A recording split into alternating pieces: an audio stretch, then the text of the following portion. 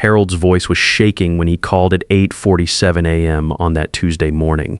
"Mike, your son isn't who you think he is. Meet me in an hour. What I found will destroy everything you believe about family." The line went dead, leaving me staring at my phone in the kitchen of my Denver apartment. Coffee growing cold in my hand. My name is Michael Pierce. I'm 62 years old, and I spent 37 years as a bank financial investigator before I retired 2 years ago. My job was catching people who thought they could outsmart the system, people who believed they were too clever to get caught, embezzlers, money launderers, fraud artists who preyed on honest folks' trust. I'd seen every trick in the book, heard every sob story, witnessed every betrayal that greed could inspire. I never imagined I'd need those skills to investigate my own son. Ryan is my only child. He's 36 now, works as an investment advisor, pulls in around $85,000 a year, has a beautiful wife Amanda and my granddaughter Emily, who just turned 6 last month. After my wife Carol died 5 years ago from cancer, Ryan became everything to me. He was the one who helped me through the darkest months, who convinced me to keep going when I wanted to give up on everything. That's why 18 months ago, when he suggested I let him manage my retirement savings, it seemed like the perfect solution. We were sitting in my kitchen after one of our weekly dinners, Emily coloring at the table while Amanda cleaned dishes. "Dad, you've worked your whole life," Ryan had said, his voice gentle but persuasive. "Let me take care of the financial stress. I do this professionally. I can get you better returns than those bank CDs that barely keep up with inflation." I had $380,000 in my retirement account. Not a fortune by today's standards, but enough to live comfortably if managed right. Enough to help with Emily's college someday, maybe leave something behind when my time came. Ryan set up what he called the Pierce Family Investment Fund, complete with professional-looking documents and quarterly reports showing steady 12% annual growth. Everything looked legitimate, backed by his firm's letterhead. For 18 months, I got statements showing my money was growing beautifully. Ryan would call every few weeks with updates, his voice confident and reassuring. "The tech sector's been good to us, Dad. Your portfolio's up another 3% this quarter. At this rate, you'll hit $500,000 by next Christmas." I felt proud. My son was taking care of me the way I'd taken care of him all those years, the way fathers and sons should look out for each other. Then came that call 3 weeks ago that started my world crumbling like a house built on sand. "Dad, I've got an opportunity," Ryan had said, his voice excited but with an edge I'd learned to recognize from years of reading people under pressure. "There's a tax optimization strategy we need to implement before year end. I need you to sign some paperwork to transfer an additional $50,000. It'll save us thousands in capital gains taxes. Something didn't sit right." The words were right. The reasoning sounded plausible, but in 37 years of financial investigation, I'd learned to trust my gut above everything else. Ryan was talking fast, using technical terms, pushing for a quick decision. Classic pressure tactics I'd seen from every con artist who'd ever sat across from me in an interrogation room.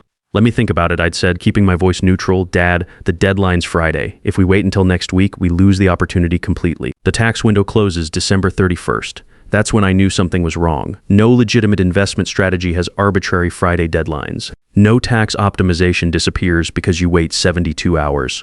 I'd heard that same artificial urgency from every fraud case I'd ever worked. The desperate push for immediate action, the fear of missing out, the time pressure designed to prevent careful thinking. I called Harold Foster that afternoon. Harold's a former FBI agent who'd worked with me on several cases over the years, mostly corporate fraud and financial crimes. He runs a small private investigation firm now, specializes in following money trails and uncovering financial deception. We'd shared enough late nights piecing together bank records and transaction logs to trust each other completely. "I need you to look into my son," I told him. The words felt like swallowing glass. Harold was quiet for a long moment. "Mike, are you sure about this? Family investigations can get ugly fast." "No, I'm not sure about anything. That's exactly why I'm calling you." For 3 weeks, Harold dug into Ryan's life like an archaeologist uncovering layers of deception. Bank records, credit reports, employment verification, transaction histories, social media monitoring, everything. He used contacts at Ryan's firm, checked public records, even ran surveillance to verify Ryan's daily routines. Harold was thorough because he understood what was at stake. This wasn't just another case. This was my life, my family, my future. And this morning, he'd called with results that confirmed every instinct that had been screaming warnings in my head. I met Harold at Murphy's Diner on Colfax Avenue, the kind of place where truckers and cops grab coffee at all hours, where nobody pays attention to quiet conversations in corner booths. Harold was already there when I arrived, a manila folder thick with documents sitting on the table between us. His face looked like he'd aged 5 years since I'd seen him last. "Your son was terminated from Morrison Financial 10 months ago," Harold said without preamble, sliding the folder across the scarred Formica table. "Officially for performance issues, but I spoke to someone inside. He was caught churning client accounts to generate commissions. They were going to report him to FINRA, but he resigned first." The coffee in my mouth turned to ash. "What else?" Harold opened the folder, revealing bank statements, transaction records, credit reports, a paper trail that told the story of my son's spectacular fall from grace. He owes $180,000 to various creditors. Credit cards maxed out, personal loans from online lenders, a second mortgage on the house that Amanda apparently doesn't know about. The family's been living off credit for months. I stared at the numbers swimming before my eyes. Each line item was another lie, another deception, another betrayal. Restaurant charges for $300 dinners while claiming to work late. Cash advances to cover mortgage payments. Luxury purchases charged to cards that should have been paid off years ago. "Mike, your $380,000, there's about $140,000 left in legitimate investments." The rest went to cover his debts and lifestyle expenses over the past 10 months. The diner seemed to tilt around me. $240,000 gone. More than half my retirement, my security, my future. Stolen by the person I trusted most in the world, the boy I'd taught to ride a bike and throw a baseball, the man I'd walked down the aisle at his wedding. "There's more," Harold continued, his voice gentle but relentless. "He's been moving money through cryptocurrency exchanges, probably trying to gamble his way out of the hole. Lost another $155,000 in the last 6 months alone on high-risk trades. Bitcoin, Ethereum, some coins I'd never even heard of." Harold pulled out printed screenshots from trading platforms, showing a devastating pattern of losses. Buy high, panic, sell low, chase the next big thing with money that wasn't his to lose. It was textbook gambling addiction behavior dressed up in the language of legitimate investment. "What are my options?" I asked, surprised by how steady my voice sounded when everything inside me was screaming. Harold's expression was grim as he closed the folder. "Legally, this is wire fraud, elder financial abuse under federal law. If you want to pursue it, I can help you build a case that'll put him away for years. But Mike," he paused, meeting my eyes, "it's your son, your only child, and Emily's father." I sat there in that diner booth, staring at the evidence of my son's betrayal spread across the table like autopsy photos. Around us, life went on. Truckers argued about football. A waitress refilled coffee cups. Someone fed quarters into an old jukebox that wheezed out country music. Normal people living normal lives, unaware that mine had just exploded. "Give me everything you have," I said finally. "I need time to think." That night, I sat in my apartment staring at Harold's evidence until my eyes burned. Part of me wanted to confront Ryan immediately, give him a chance to explain, maybe work out some kind of family solution. But 37 years in financial crimes had taught me that confrontation only gives criminals time to destroy evidence and craft better lies. Instead, I did what I'd always done best. I investigated.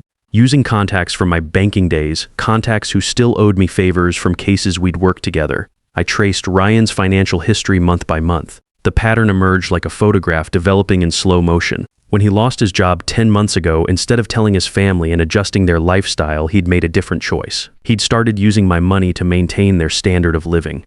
The house payments, Amanda's car lease, Emily's private school tuition, the family vacation to Aspen last Christmas where Emily had learned to ski. All of it funded by my retirement savings while Ryan smiled and played the role of successful provider. Every family dinner, every proud moment watching Emily open presents, every time he'd talked about his latest investment successes, he'd been lying to my face. The cryptocurrency trading was the most devastating part. Ryan had convinced himself he could make back what he'd borrowed through risky investments.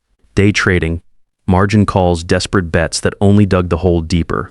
I found records of him liquidating blue-chip positions at 60% losses, then immediately putting the remaining money into speculative altcoins with names like Safe Moon and Shiba Inu. Classic gambling addiction behavior dressed up as sophisticated investing. He wasn't just a thief. He was a compulsive gambler destroying his family's future along with mine, chasing the big win that would make everything right again. After a week of investigation, I had a choice to make. I could confront him privately, maybe work out some kind of repayment plan that would take decades.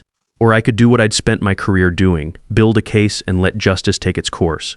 The decision came when I thought about Emily. My granddaughter deserved better than a father who stole from family. She deserved to grow up knowing that actions have consequences, that nobody is above the law, not even family, not even the people who are supposed to protect you. I called Dorothy Walsh, a family law attorney I'd worked with on several financial abuse cases over the years. She had a reputation for being tough but fair, someone who understood that family crimes often cut deepest because they violate the most basic trust. Dorothy reviewed my evidence in her downtown office, a space that managed to be both professional and comfortable. She whistled low when she saw the transaction records. Michael, this is textbook elder financial abuse. The amount involved puts it squarely in federal jurisdiction. Are you prepared to see your son go to prison? I'm prepared to see justice done, I said, and meant it. Dorothy helped me plan the next phase. Instead of immediately going to authorities, we decided to give Ryan enough rope to hang himself. I would offer him more money, record his admissions, and build an airtight case that no defense attorney could punch holes in. We need him to admit what he's done, Dorothy explained. Confessions carry enormous weight with juries, especially when they're recorded. Can you handle pretending everything's normal while wearing a wire? I thought about 37 years of interrogating suspects, of maintaining poker faces while listening to elaborate lies. I can handle it. I called Ryan that Thursday evening, timing it for when I knew Amanda would be putting Emily to bed, when he'd be alone and more likely to let his guard down. I've been thinking about that tax strategy you mentioned. I said, keeping my voice casual. Let's move forward with the $50,000 transfer. The relief in his voice was heartbreaking and infuriating at the same time, Dad. That's great. You won't regret this. I've got my eye on some opportunities that could really accelerate our returns. Actually, I've been so impressed with the results so far, I'm thinking about moving more of my remaining savings over, maybe another $100,000. Think you can handle that level of investment? There was a pause, and when Ryan spoke again, his voice had changed. Eager, almost desperate. Absolutely, Dad. This could really set us up for the long term. With that kind of capital, I can get us into some exclusive opportunities. More lies, delivered with the smooth confidence that had fooled me for 18 months. We arranged to meet that Saturday at his office to sign the transfer papers. I hung up the phone and immediately called Harold. I need a wire, I said. Saturday morning arrived gray and cold, typical December weather in Denver. I sat in my car outside Ryan's office building in Lodo, watching people hurry past bundled in winter coats, everyone focused on their own lives and problems. In 20 minutes, I was going to walk into that building and record my son confessing to stealing my life savings. The wire Harold had provided was smaller than I'd expected, barely noticeable under my shirt. The recorder was voice-activated, with enough battery life for 3 hours of conversation. Harold had tested it twice to make sure it would pick up clearly even if Ryan spoke softly. Remember, Harold had coached me, get him to state specific amounts. Get him to admit he used the money for personal expenses. Most importantly, get him to acknowledge that he knew what he was doing was wrong. Ryan's office was in a converted warehouse building, all exposed brick and industrial fixtures designed to appeal to young professionals who wanted to feel innovative and cutting edge. The kind of place that screamed disruptive financial services to impress clients. His name was still on the directory in the lobby. Ryan Pierce, Senior Investment Advisor. Nobody had bothered to update it after his termination. He was waiting in his office when I arrived, all the paperwork ready on his desk. Transfer forms that would have moved another $150,000 into his control documents that would have given him legal access to steal even more of my money. He stood up when I walked in, smiling that confident smile I remembered from his childhood, from Little League games and graduation ceremonies. Dad, perfect timing, Ryan said, gesturing to the chair across from his desk. I've got everything ready for the transfer. This is going to be great for both of us. I settled into the chair, noting how expensive everything looked. The leather furniture, the art on the walls, the massive monitor displaying financial charts. All of it probably paid for with other people's money, just like my stolen retirement funds. Ryan, before we do this, I need to ask you something, I said, keeping my voice casual while the wire recorded every word. Is my money really safe? I mean, with all the market volatility lately, he looked me straight in the eye, his expression earnest and reassuring. Dad, your money couldn't be safer. It's all in blue chip stocks, diversified portfolio across multiple sectors. I'd never risk your retirement with anything speculative. Every word was a lie and we both knew it. But I needed him to say more, to dig his hole deeper. The returns have been so good, almost too good to believe. 12% in this market seems incredible. Ryan leaned forward, warming to his pitch like a salesman who'd found an interested customer. Dad, I've got inside connections, research that most investors never see. Your money isn't just sitting in some boring index fund earning 3%. I'm actively managing it, making strategic moves based on insider knowledge. What if you needed to access some of it temporarily, for an emergency or cash flow situation? That's when he made his first real mistake. His confidence wavered for just a second, and I saw the desperate gambler beneath the polished exterior. Well, I mean, there have been times when cash flow was tight, and I've had to move money around between accounts. But it's all tracked, all accounted for. Think of it as internal lending within the family fund. Bingo. Admission on tape that he'd been using my money for his own purposes. I leaned back in my chair, studying my son's face. 37 years of interrogating suspects had taught me exactly when to apply pressure. Ryan, I'm going to ask you a direct question, and I need a direct answer. How much of my original $380,000 is actually left? His face went white so fast I thought he might faint. The confident financial advisor vanished completely, replaced by a scared man who just realized his lies were crumbling around him. Dad, it's complicated. The market's been volatile, and there have been some temporary setbacks. But the overall strategy is sound. How much, I repeated, my voice harder now. His hands were shaking as he reached for a water bottle on his desk. When he spoke, his voice was barely above a whisper. About $140,000. The silence stretched between us like a chasm. I could hear traffic outside, the hum of the building's heating system, the sound of my son's world collapsing. Where's the rest, Ryan? And then it all came out. The job lost 10 months ago, the mounting debts, the desperate attempts to trade his way back to solvency using my retirement money. He cried like I hadn't seen since he was 10 years old and broke his arm falling from the oak tree in our backyard. Dad, I can fix this. He sobbed, his carefully maintained professional image completely shattered. Give me time, just a little more time. The cryptocurrency market is about to turn around, and if I can just get one good trade, one big win, I can make it all back. Stop. I stood up slowly, removing the recording device Harold had given me. Just stop talking. Ryan's face crumpled when he saw the wire. The betrayal in his eyes was almost comical considering what he'd done to me. You were recording me, your own son. I'm a financial crimes investigator, Ryan. This is what I do. I pocketed the device and headed for the door. This is what I've always done. Dad, please, you can't do this. Think about Emily, think about Amanda. If this comes out, it'll destroy our family. I turned back to look at him one last time. My only child sitting behind a desk bought with stolen money, begging me to protect him from the consequences of his own choices. You destroyed our family the moment you decided to steal from me. I said quietly, I'm just making sure everyone else can see what you really are. I walked out of his office and never looked back. Monday morning, I took Harold's evidence and my recorded confession to FBI Special Agent Margaret Stone, who specialized in financial fraud cases. Her office was in the federal building downtown, all business and American flags and photos of her shaking hands with various law enforcement officials. Agent Stone reviewed the evidence with the methodical precision of someone who'd seen every type of financial crime imaginable. The bank records, transaction logs, recorded confession, Harold's investigation report. She took notes as she read, occasionally asking clarifying questions. Mr. Pierce, this is one of the most thoroughly documented cases I've seen, she said finally. Your son's confession alone would be enough to convict. But with all this supporting evidence, it's bulletproof. The case moved faster than I'd expected. Ryan was arrested at his house on Wednesday morning while Amanda was taking Emily to school. Neighbors watched from their windows as FBI agents led him away in handcuffs. By evening, it was the lead story on local news. Investment advisor charged with defrauding own father. Amanda called me that night, her voice shattered. Michael, I had no idea. About the job, about the money, about any of it. I thought we were doing well. I thought her voice broke. How could he lie to all of us for so long? I didn't have an answer for her. How do you explain that someone you love is capable of destroying everything you've built together? How do you make sense of betrayal that complete? What happens now? She asked. Now we let the legal system do its job, I said. And we protect Emily from as much of this as possible. The next few months were a blur of legal proceedings, media attention, and family destruction. Ryan's attorney tried every angle he could think of, claiming it was a misunderstanding, a temporary loan between family members, a dispute that should be handled in civil court rather than criminal proceedings. But the evidence was overwhelming. Wire fraud, elder financial abuse, securities fraud. The prosecutor offered a deal. Plead guilty, cooperate fully, and get 15 months instead of the 5-year maximum. Ryan's lawyer advised him to take it.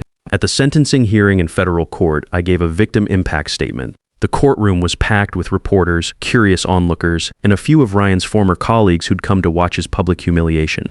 Amanda sat in the back with her parents, her face a mask of grief and shame. Your Honor, I said, standing at the podium and looking directly at Judge Patricia Reed. I spent my career protecting people from financial predators. I investigated hundreds of cases where criminals stole from those who trusted them most. I never imagined the predator would be my own son. Ryan sat at the defendant's table, unable to meet my eyes. His expensive suit couldn't hide the fact that he looked like a broken man. The defendant didn't just steal money from me. He stole my ability to trust, my sense of family, my financial security in my retirement years.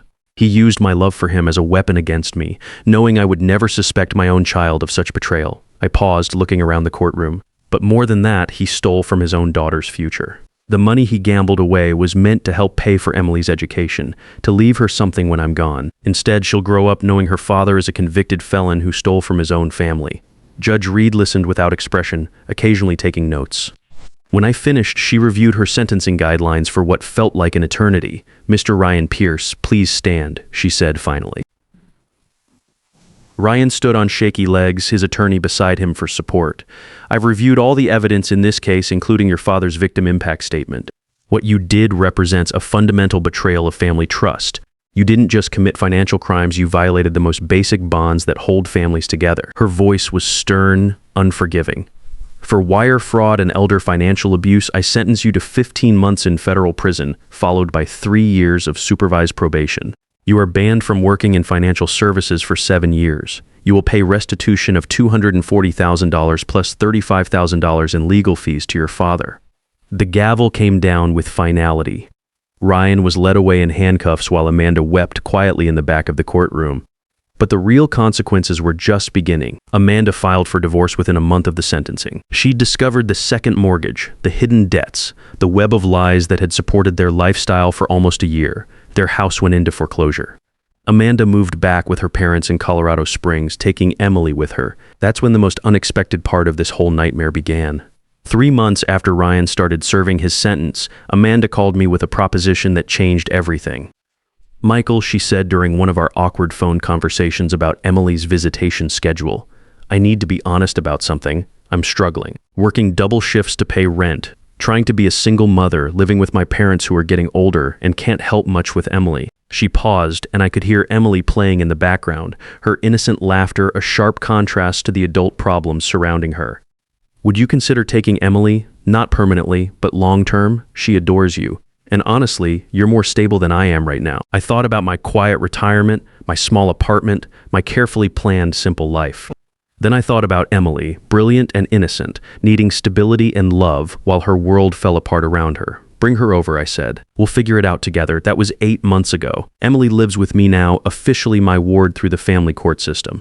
Amanda visits every other weekend and calls every night, but she knows Emily is better off with me. Stable, loved, protected from the worst of the chaos her father created. I enrolled Emily in Stapleton Elementary, a good school near my apartment. Her teachers say she's gifted, especially in math. Makes sense, numbers run in the family, the good parts of the family anyway. She's made friends, joined the after-school art program, and slowly started acting like a normal 6-year-old instead of a confused child caught in adult problems. Ryan writes letters from federal prison in Littleton. I don't read them. Harold offered to screen them first, but I told him to just return them unopened. Whatever my son has to say to me, I'm not ready to hear it. Maybe I never will be. Through the court-ordered restitution process, I managed to recover about $190,000 of my stolen retirement money. Not everything, but enough to live on if I'm careful. The rest was gone forever, lost in Ryan's gambling and used to fund a lifestyle built on lies. Some nights after Emily's asleep in what used to be my home office, I sit at my kitchen table and think about trust. How it builds over decades and breaks in seconds. How the person you trust with your life can be the one who destroys it. But then Emily calls from her bedroom, asking for water or wanting to show me a drawing she made at school, and I remember why I did what I did. She's growing up knowing that actions have consequences, that right and wrong aren't negotiable, that family love doesn't excuse criminal behavior. Last week, Emily and I planted a small garden on the balcony of my apartment. Tomatoes, herbs, some flowers she picked out at the nursery. As we worked together in the soil, getting our hands dirty, she looked up at me with those bright eyes. "Grandpa, are you sad that Daddy's in prison?" I thought about how to answer that. How do you explain complex emotions to a 6-year-old? How do you balance honesty with protecting innocence? "I'm sad that he made bad choices," I said finally, "but I'm not sad that you're safe with me." She nodded seriously, then went back to planting seeds with the focused concentration only children can manage. I'm 62 years old, supposed to be enjoying a quiet retirement. Instead, I'm raising a 6-year-old living on a reduced income and dealing with the aftermath of my son's betrayal every single day. But when Emily runs to greet me after school, when she helps me make pancakes on Saturday mornings, when she falls asleep on the couch during our movie nights, I know I made the right choice. Justice isn't always about punishment. Sometimes it's about protection, protecting the innocent, protecting the future, protecting what matters most when everything else falls apart. My retirement savings are mostly gone. My relationship with my son is destroyed beyond repair, but my granddaughter is safe, loved, and learning that integrity matters more than money. Ryan gets out of prison in 7 months. His parole officer says he'll probably want to reconnect with Emily, maybe ask for visitation rights. I've already spoken to Dorothy about it. The answer will be no. Some bridges, once burned, can never be rebuilt. Some trust, once shattered, can never be repaired. But some things, like a grandfather's love for his granddaughter, are unbreakable. And that's the only investment advice I need anymore. Sometimes the greatest act of love is holding those we care about accountable for their actions, even when it breaks our hearts to do it. Trust isn't something you inherit from family, it's something you earn every single day. And once it's broken, all the blood in the world can't put it back together.